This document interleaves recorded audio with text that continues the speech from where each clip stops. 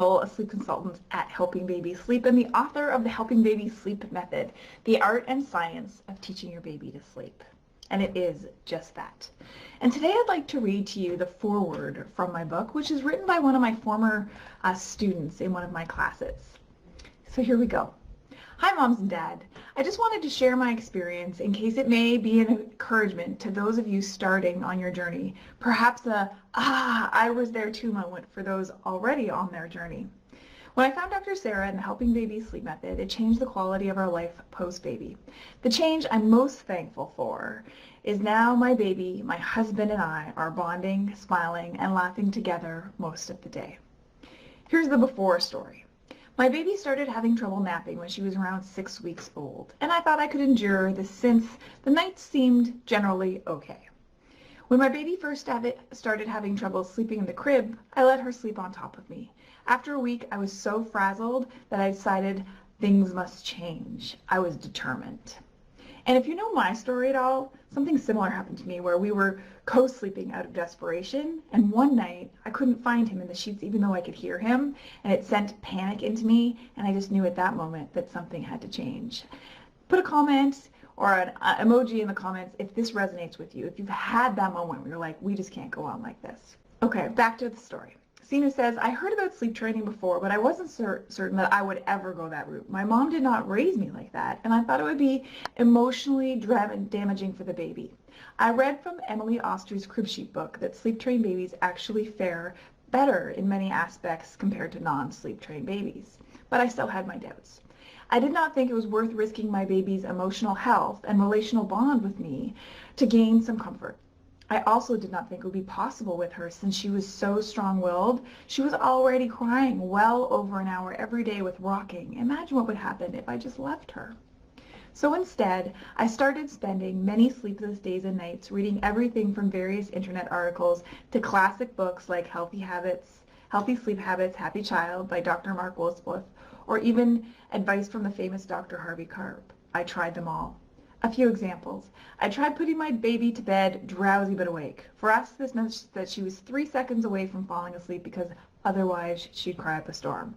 And if you've seen the title of my book, side note, if you've seen the title of my book, right on it I say why drowsy but awake is setting you up to fail. This is a very common problem and we need to change the dialogue around this. Okay, back to Sino's story.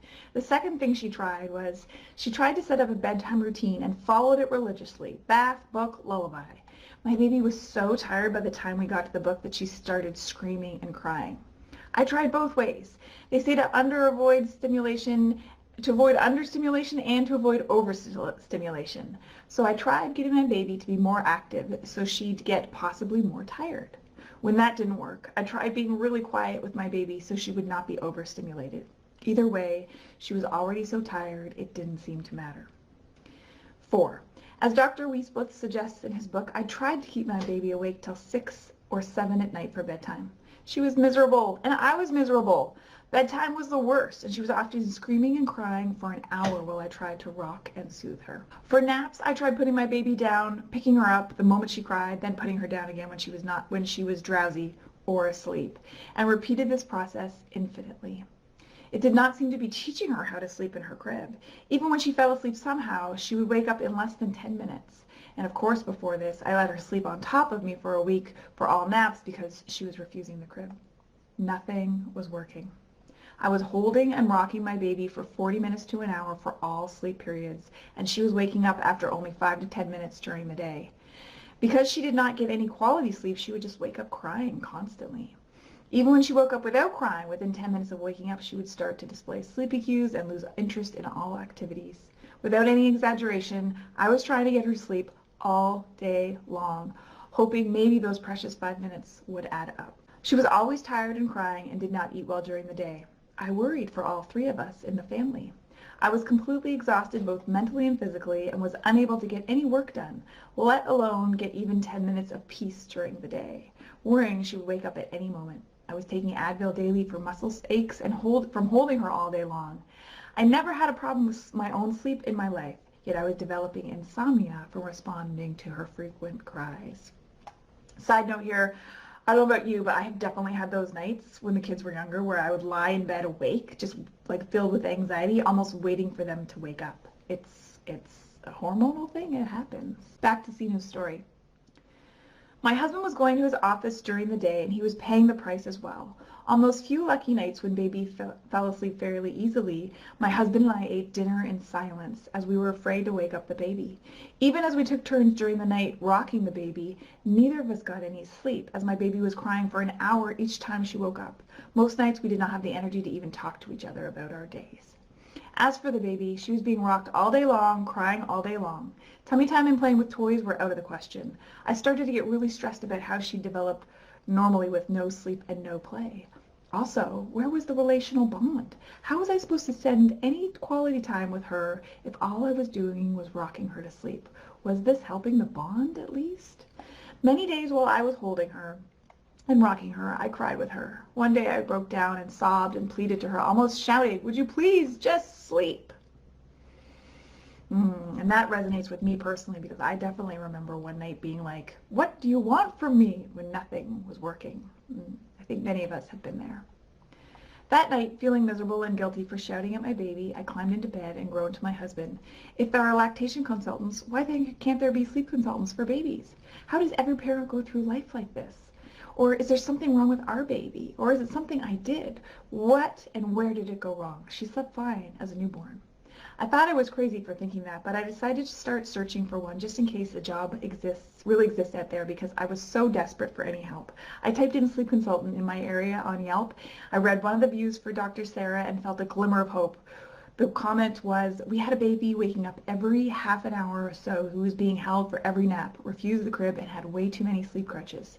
This was the closest description I had heard to my baby. This must be it.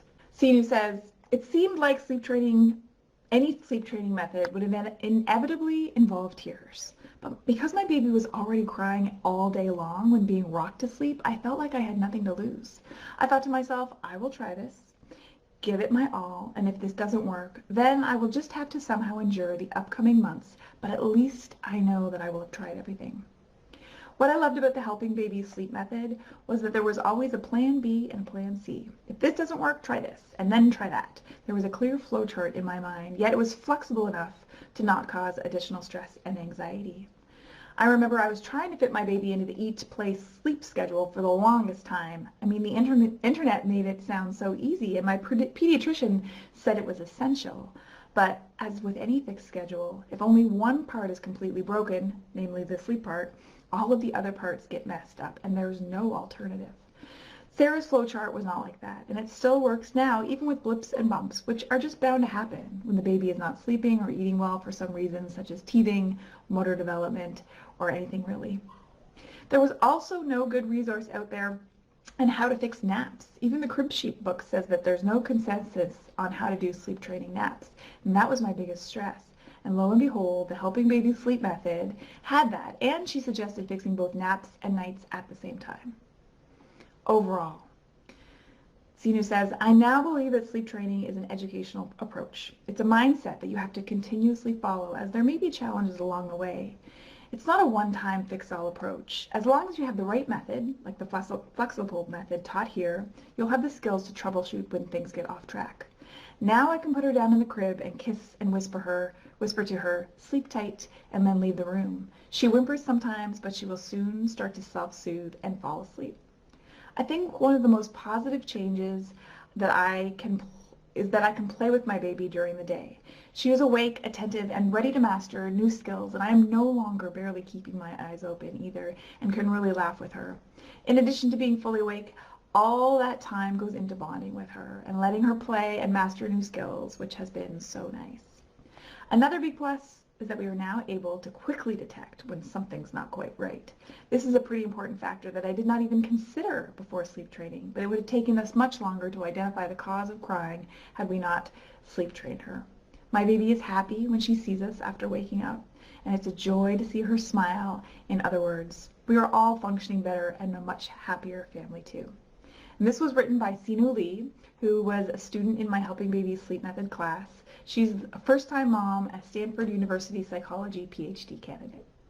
And I wanted to share that with you because The things that she mentioned are a common theme that I hear very regularly.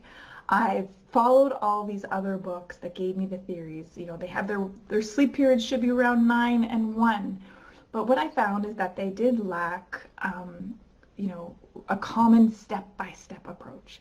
And that's what I created for you in the Helping Babies Sleep method. Here's what you're going to do for naps. Here's how long you're going to try for. If it doesn't work, here's what you're going to do next. Here's what you can do for bedtime. Here's what you're going to do if it's taking too long. And here's what you're going to do next. To try and give you a step-by-step approach. Here's the thing.